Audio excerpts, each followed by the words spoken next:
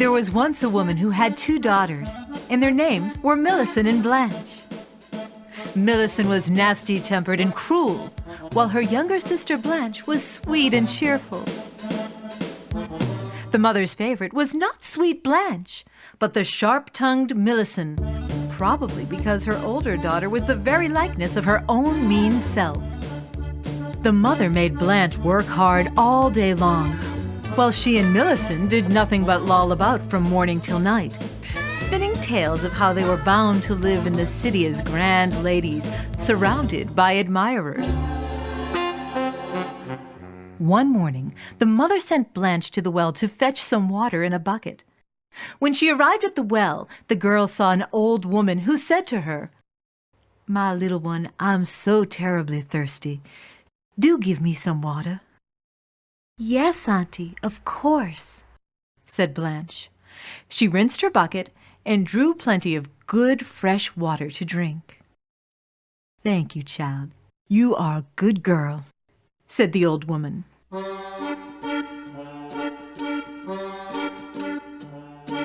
A few days later, the mother scolded Blanche more horribly than she had ever done before and beat her badly. In terror, the girl ran away into the woods.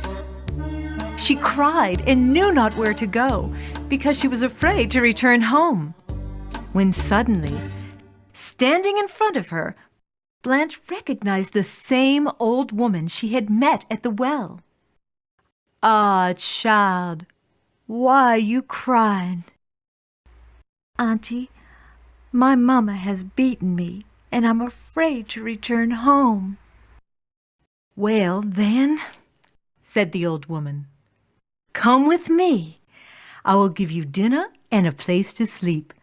But you must promise me one thing. You must not laugh at anything you might see." She took Blanche's hand, and they began to walk into the deep wood. Strangely, thorn bushes opened up by themselves before them and closed behind their backs.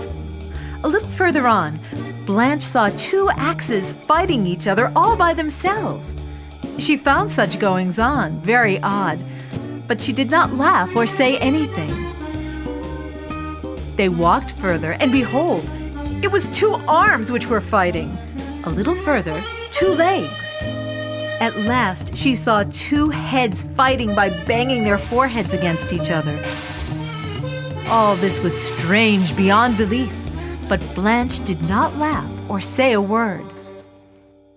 At last, they arrived at the old woman's cabin. "Make a fire, child, to cook the supper," said the old woman, and she sat down near the fireplace. Then she reached up to her head and twisted it off, placing it on her knees like a small round watermelon. Blanche found this the most bizarre thing she had seen yet, but still she did not utter a sound. Then the old woman began to comb and braid her hair. When she was through, she twisted her head back into place. "Well," she said, "that feels better." She gave Blanche a large bone to put on the fire for their supper. Blanche could not imagine how only one bone could make a soup, and a sorry-looking bone at that. But just the same, she put the bone into the pot. Lo, in a moment, the pot was full of good, hearty meat stew. The old woman gave Blanche a grain of rice to pound with a pestle. Blanche could not see the point of grinding a single grain of rice, but she did so nevertheless, and quickly the mortar brimmed to overflowing with steaming rice. When Blanche got up the next morning, the old woman said to her, "You must go home now. As you've been a good girl, I want to make you a present of the talking eggs. Go to the chicken house. All the eggs that say to you, 'Do not take me,' you must not take. Take only the eggs that say, 'Take me.' When you are on the road, throw the eggs behind your back one by one to break them, and you will have a surprise." Blanche went to the chicken house, where indeed lay a pile of eggs. Some of them looked as plain as hundreds of chicken eggs Blanche had seen all her life, but others were made of pure gold and were encircled by jewels. Unfortunately, it was the plain-looking eggs that called out, "Take me, take me." So Blanche took a few of the plain eggs and left the golden ones behind.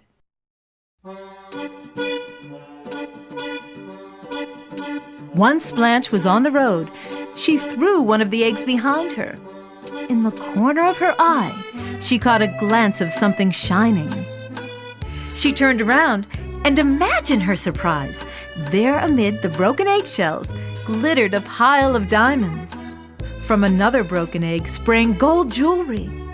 From another one, a beautiful carriage. Yet from another, beautiful dresses the likes of which she had never seen.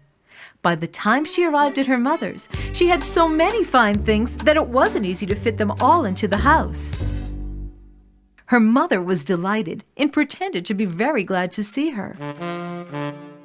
The next day at dawn, the mother shook her older daughter awake and whispered to her, "You too must go to the woods to look for this same old woman. There's no reason you shouldn't have even finer dresses than your sister." Millicent was not at all pleased at having to get up out of bed so early in the morning. Grumbling and muttering, she marched into the woods.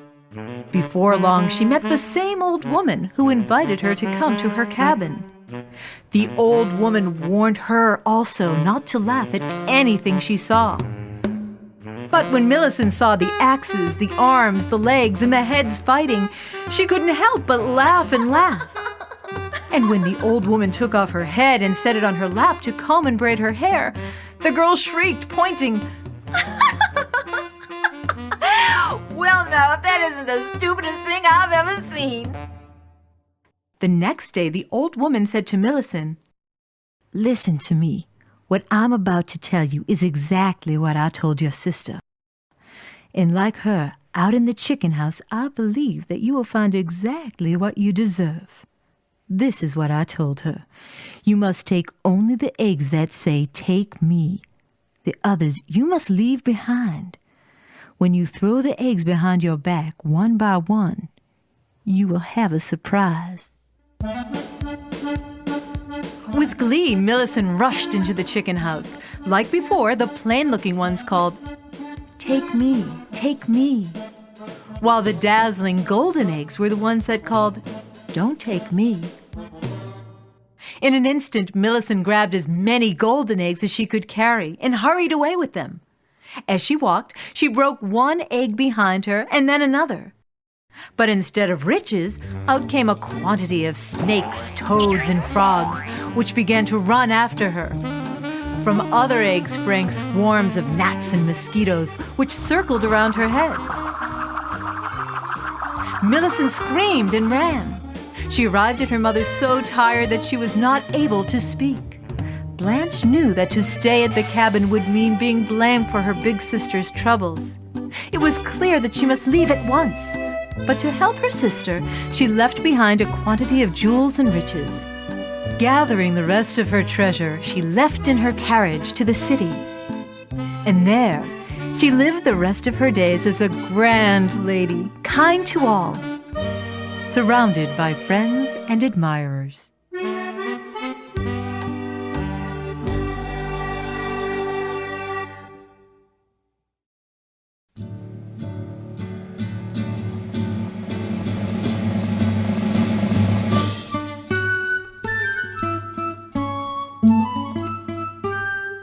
This is the tale of Susu, who was the daughter of a very rich man, and a very kind-hearted one, too.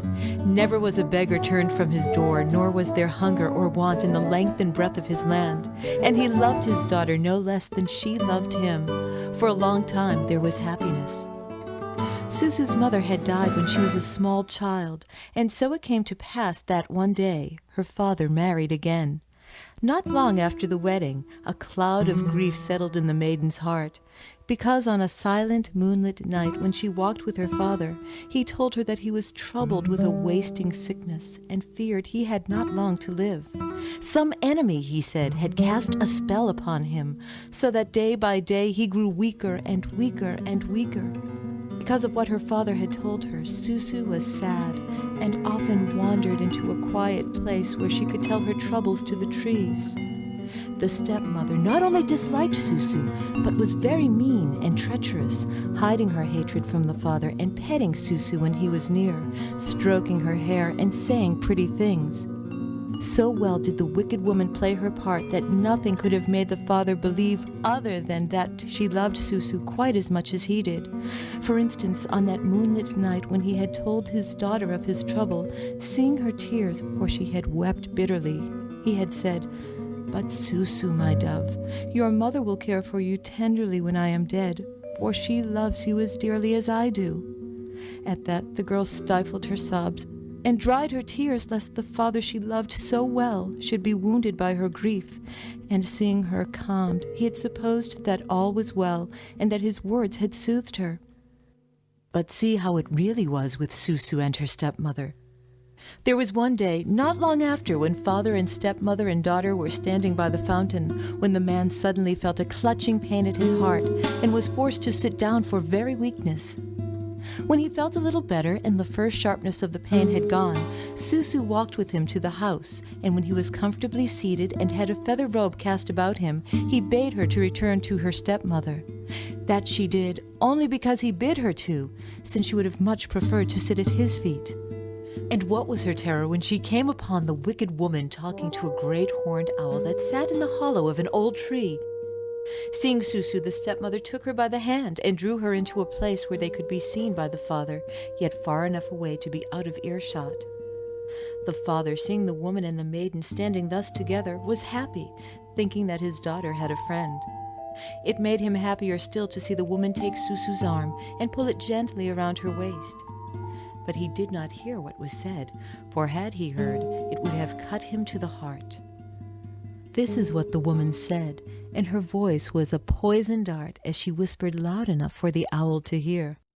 "Susu, stand thus with your arm around my waist, and brush your cheek against mine, so that your father may see us together. Thus he will think that I love you."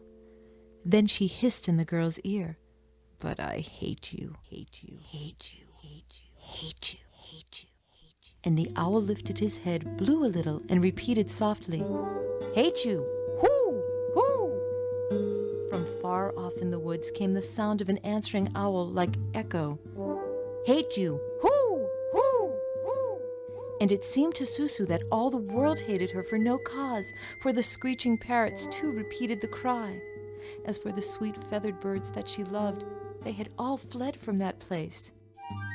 Soon the stepmother spoke again, and the owl dropped to a lower branch the better to hear. "Susu," said the woman, "your father cannot live much longer. The spell is upon him, and day by day he nears his death. Because of that, I am glad, for when he dies, all this land, the house, and all its riches must be mine. Mine!"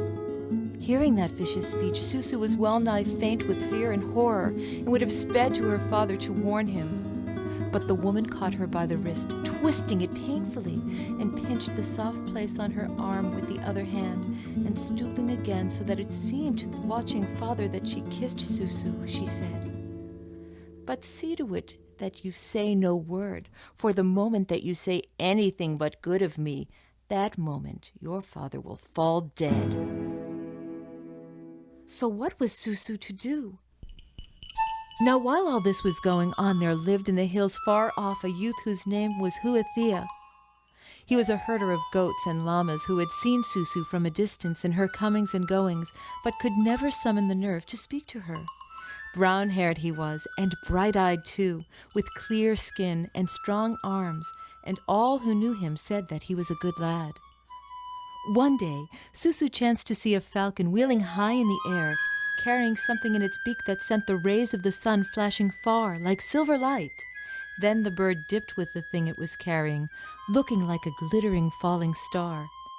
So Susu went to the place where the falcon had dropped the shining thing.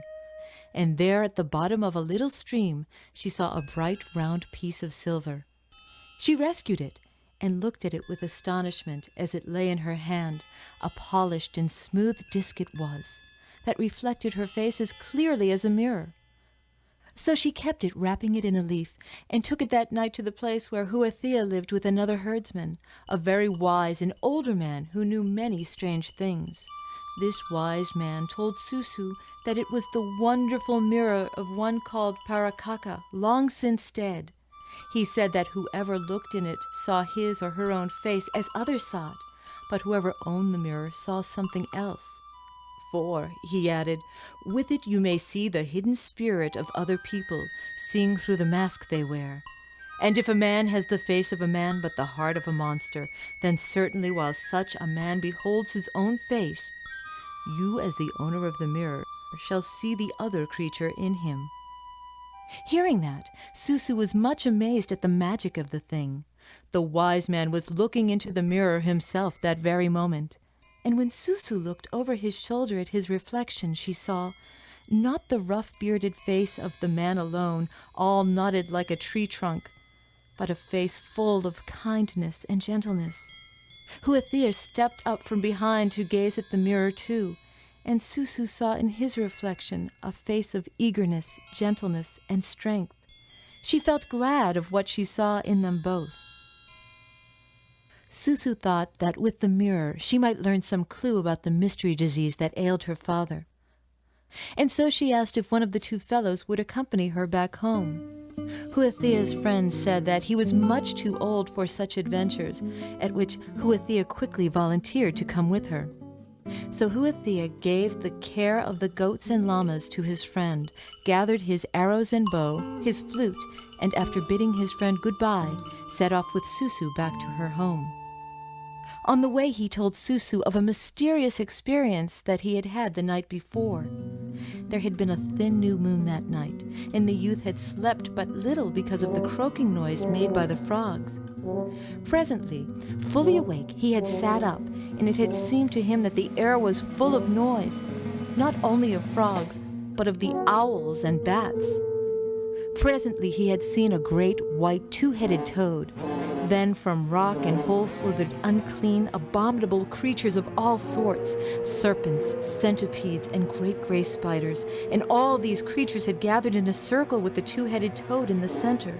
Soon the youth had heard the great white two-headed toad say this, "Who knows where hides our queen?"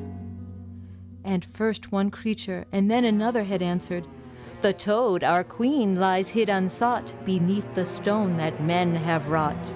And so it went on, a mad and horrible concert, with bat and owl and great ghost moth whirling about on silent wings, until, sickened of it all, Huathia had risen up and, clapping his hands to his ears, fled from the place.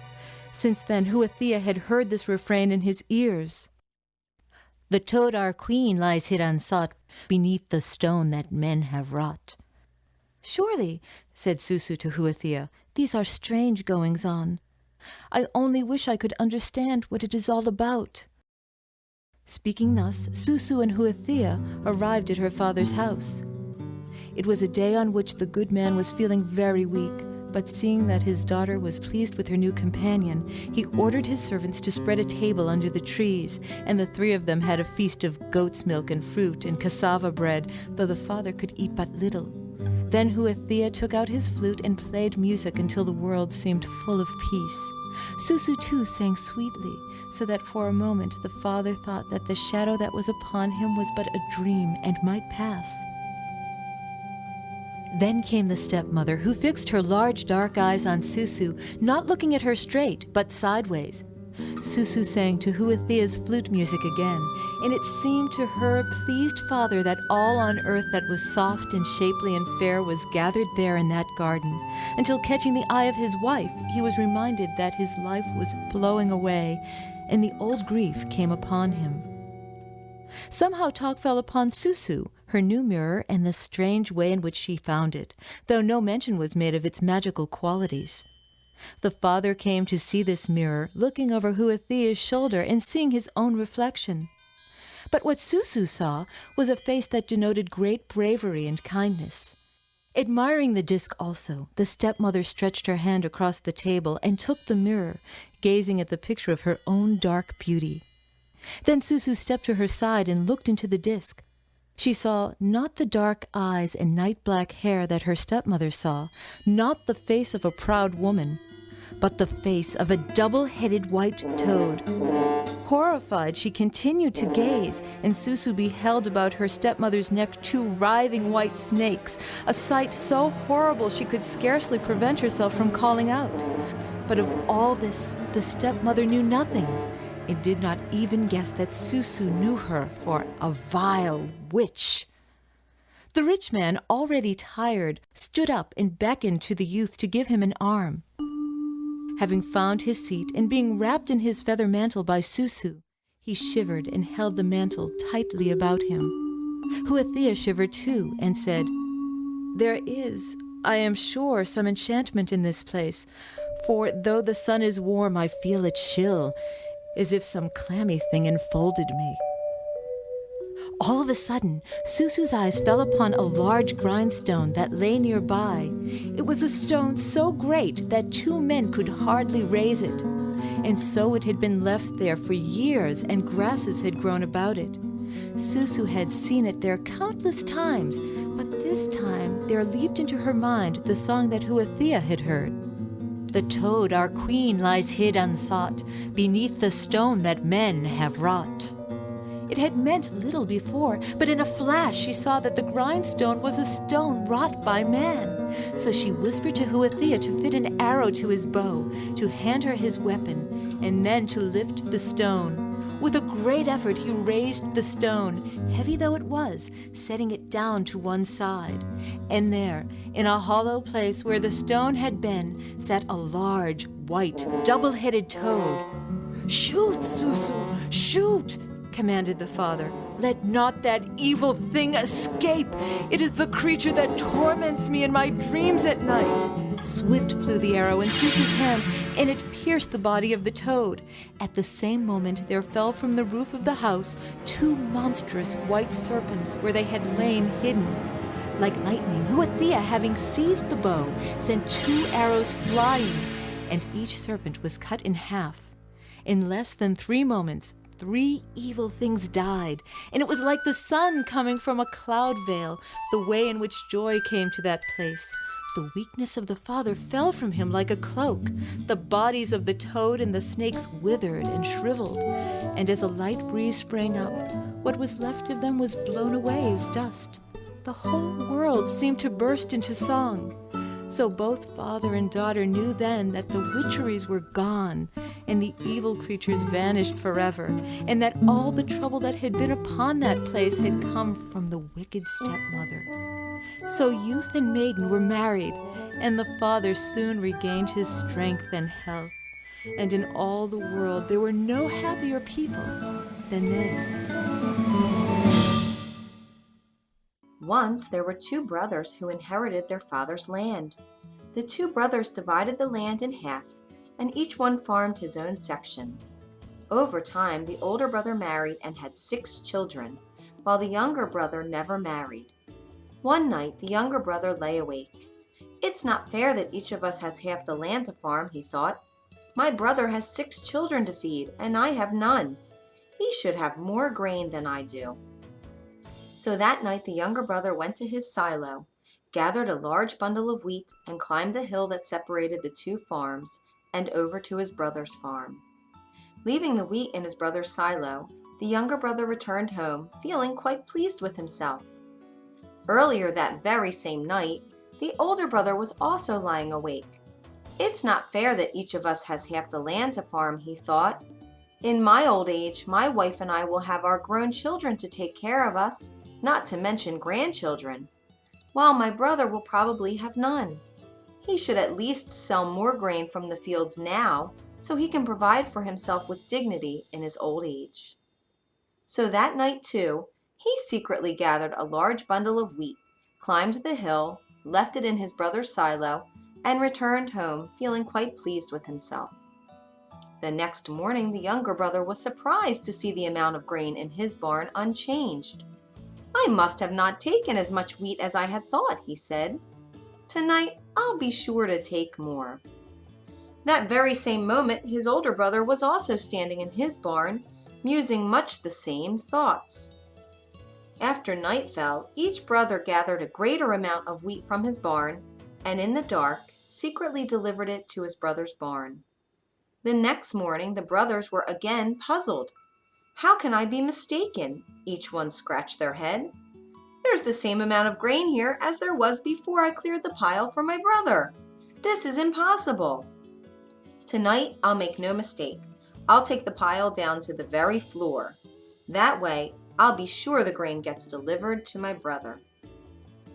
The third night, more determined than ever, each brother gathered a large pile of wheat from his barn, loaded it onto a cart, and slowly pulled his haul through the fields and up the hill to his brother's barn. At the top of the hill, under the shadow of a moon, each brother noticed a figure in the distance. Who could it be?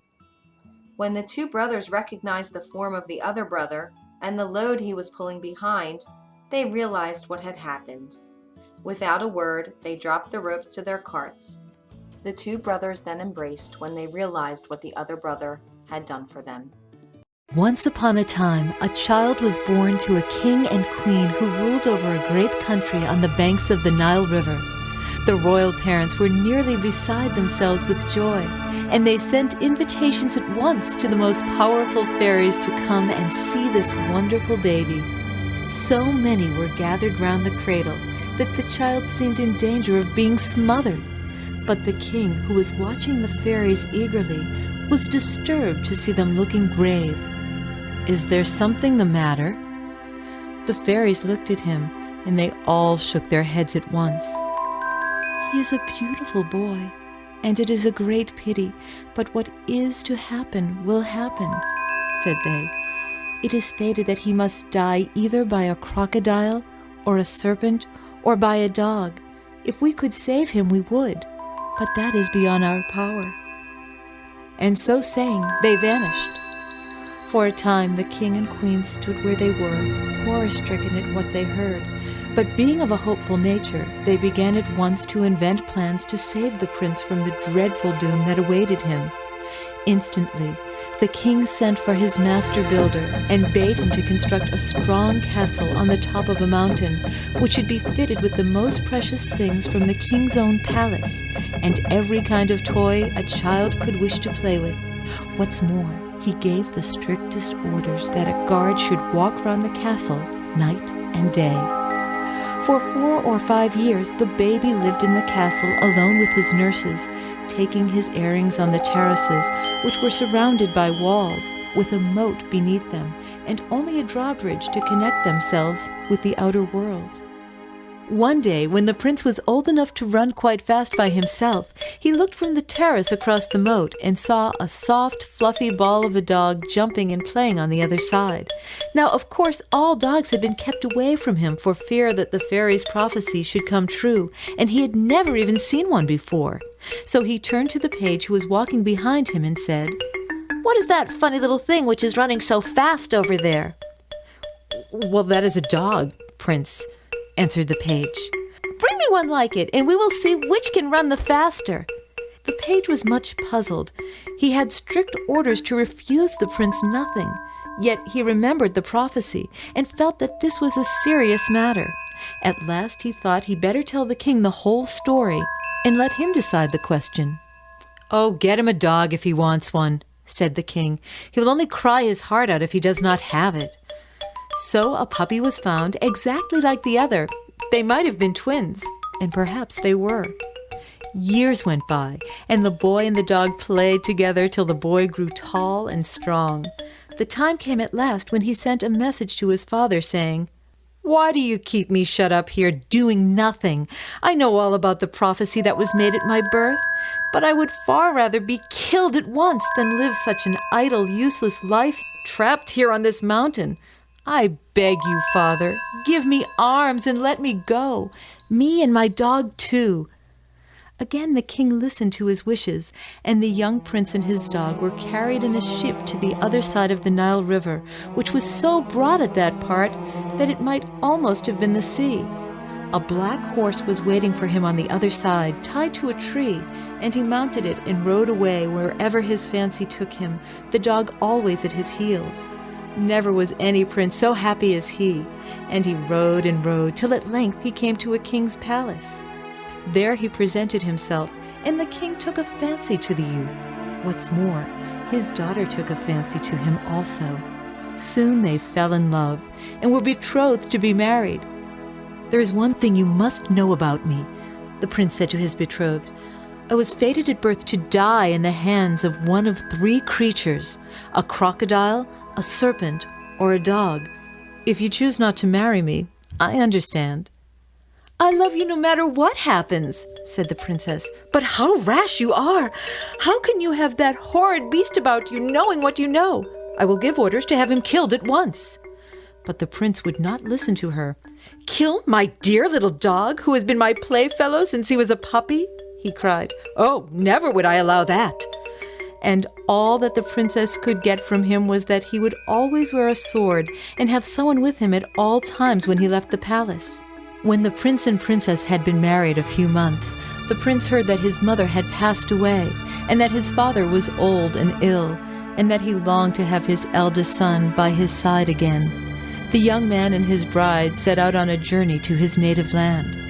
That first night that they had arrived, while he was asleep, the princess noticed something strange in one of the corners of the room. It was a dark patch, and seemed, as she looked, to grow longer and longer, and to be moving slowly toward the cushions on which the prince was lying. She shrank in terror, but, slight as was the noise she had made, the thing heard it, and raised its head to listen. Then she saw it was a long, flat head of a serpent, and the recollection of the prophecy rushed into her mind. Without waking her husband, she glided out of bed, and taking up a heavy bowl of milk which stood on a table, laid it upon the floor in the path of the serpent, for she knew that no serpent in the world can resist milk. She held her breath as the snake drew near, and watched it rear its head up again, as if it was smelling something nice, while its forked tongue darted out greedily. At length its eyes fell upon the milk, and in an instant it was lapping it up so fast that it was a wonder the creature did not choke, for it never took its head from the bowl as long as a drop was left in it. After that it dropped on the ground and slept heavily. This was what the princess had been waiting for. Summoning her guards, she ordered the serpent to be captured into a large basket with a tight-fitting lid, having enough food to keep the creature for a while, and ordered the basket to be sent to a very far distant land. Soon after their arrival, the old king sadly died. They gave him a magnificent burial, and then the prince had to examine the new laws which had been made in his absence, and do a great deal of other business besides, till he grew quite ill from fatigue, and was obliged to go away to one of his palaces on the banks of the river in order to rest. Here he soon got better, and began to hunt, and wherever he went, his dog, now grown very old, went with him. One morning the prince and his dog were out as usual, and in chasing their game, they drew near the bank of the Nile River. The prince was running at full speed after his dog when he almost fell over something that looked like a log of wood, which was lying in his path. To his surprise, a voice spoke to him, and he saw that the thing which he had taken for a branch was really a crocodile. "You cannot escape from me," it was saying when he had gathered his senses again. "I am your fate, and wherever you go and whatever you do, you will always find me before you. There is only one means of shaking off my power.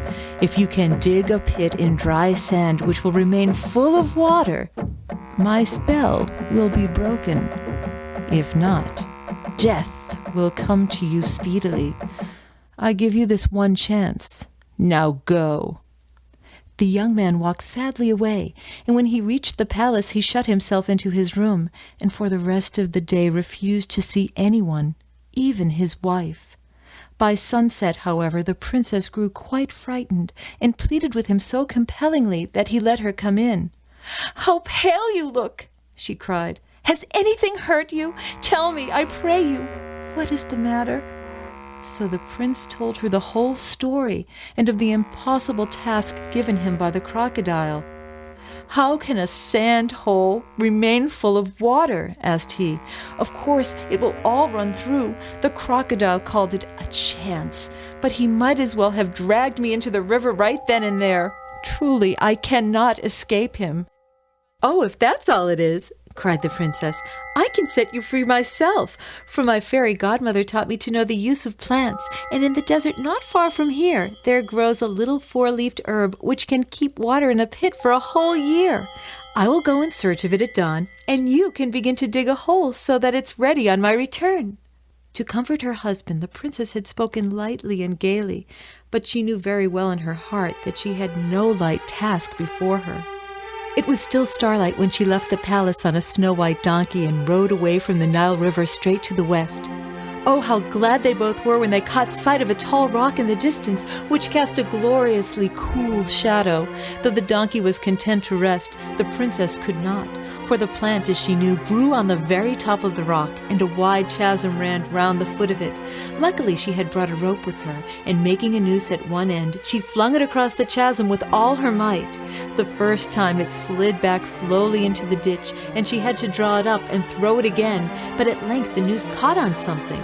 The princess could not see what, and had to trust her whole weight to the rope, which might snap and let her fall deep down among the rocks. And in that case her death was as certain as that of her husband. The heart of the poor princess was filled with despair, yet bit by bit with torn and bleeding hands she gained the top.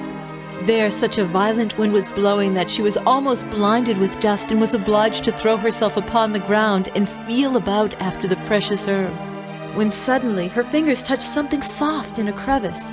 It was a plant, that was clear, but the right one?